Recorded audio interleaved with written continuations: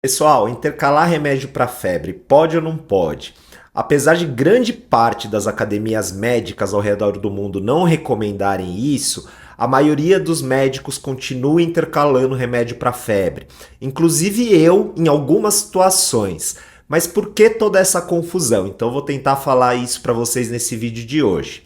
Para começar, como é que as entidades médicas, as sociedades brasileira, americana e europeia fazem uma recomendação? Eles vão pegar os estudos que nós temos sobre o assunto, vai juntar um grupo de médicos especialistas e escrever um documento para tentar ajudar a guiar os médicos na tomada de decisão para determinado assunto.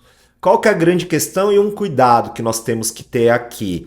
Nem sempre nós temos uma resposta definitiva nos estudos que nós temos disponíveis hoje para falar isso deve ou não deve ser feito assim com toda certeza.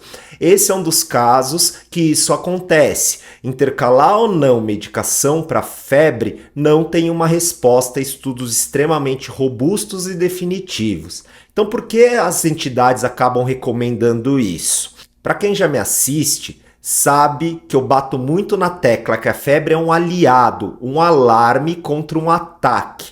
E a febre não tem potencial de fazer mal para o paciente. Quem vai fazer mal é a infecção, é o que está atacando o organismo.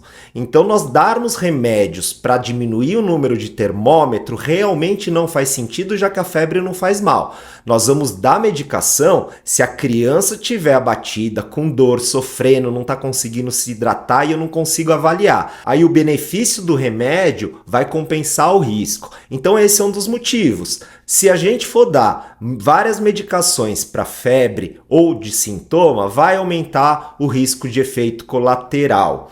Aqui tem uma questão também, porque apesar de ser intuitivo, o que os estudos não conseguem me provar é que aumenta de forma significativa ou dá uma ou mais medicações. Então a gente recomenda evitar ao máximo, mas também se precisar intercalar, o risco não é tão grande assim pela evidência médica que eu tenho hoje. Outra coisa aqui é que não foi avaliado nesses estudos, em quase nenhum deles, a dipirona. A dipirona é uma das medicações que nós mais utilizamos, tanto para dor quanto para febre no país. E nesses estudos, em geral, eles vão avaliar o ibuprofeno e o paracetamol. A dipirona, provavelmente, comparando nesses estudos pelo que a gente tem, daria resultados semelhantes. Mas de qualquer forma, eu não tenho esse resultado. E apesar de os estudos mostrarem que provavelmente vai ter o mesmo efeito, na prática clínica parece que a dipirona ela é melhor. Então eu não sei dizer. Outro motivo que eles colocam dessa recomendação de não intercalar é para diminuir o medo da febre, que é a febrofobia. Nessa parte eu discordo em partes. Por quê? Eu acho que também nós temos, como eles dizem, divulgar a informação para os pais, explicar da forma que eu estou fazendo aqui, como a febre acontece, que ela é uma defesa e ela não faz mal. Agora, eu guiar um tratamento, mesmo que sintomático de remédio, e colocar que é uma das metas, eu diminuir o medo da febre, para mim não faz muito sentido, mas eu entendo o motivo pelo qual eles colocaram isso para diminuir esse medo tanto para os médicos quanto para os pacientes. E o que eu faço? Se a criança tiver com febre, mas bem, sem sintoma, concordo, não faz sentido nós medicarmos só para baixar o número do termômetro. Agora, se a criança está super abatida, com dor, caída, e eu dei o remédio, mesmo assim ela continuou da mesma forma, não consegue se hidratar, eu peço para os pais medicarem novamente.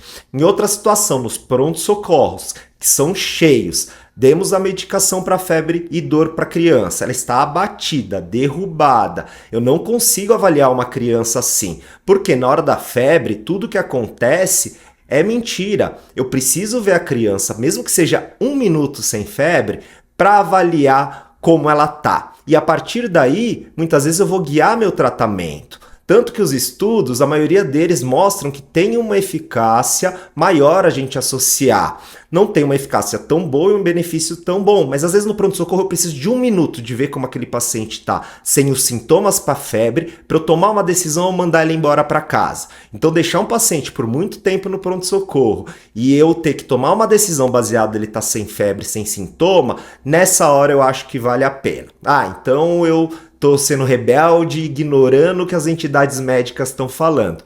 Não, porque elas não falam para a gente, em hipótese alguma, não fazer isso. E os estudos que eu tenho de base hoje, nessas situações específicas, nada me demonstra que eu não deva fazer. Tudo bem que nada demonstra também com certeza que eu deva fazer isso, mas por isso que é importante nós usarmos a recomendação como guias, principalmente recomendações como essa, que não são os níveis melhores de evidência e certezas absolutas. Então, o errado aqui tá dizer que sempre pode e levantar a bandeira de que sempre não pode. E o mais importante de tudo, nós temos que colocar as famílias no meio dessa discussão e nós temos que orientar a elas, explicar o que a gente está pensando. Então, esse é o meu objetivo aqui. Até para vocês entenderem, porque uns mandam dar e outros falam que não pode dar. O contexto é muito maior. Essa decisão tem que ser em conjunto com a família, consciente, para que nós consigamos tomar uma decisão mais assertiva, consciente e segura para os pacientes. No fim, quem vai comprar o remédio e medicar, na maioria das vezes, é a família. São medicações de venda livre. Então espero não ter confundido mais do que ajudado dessa vez e até o próximo vídeo.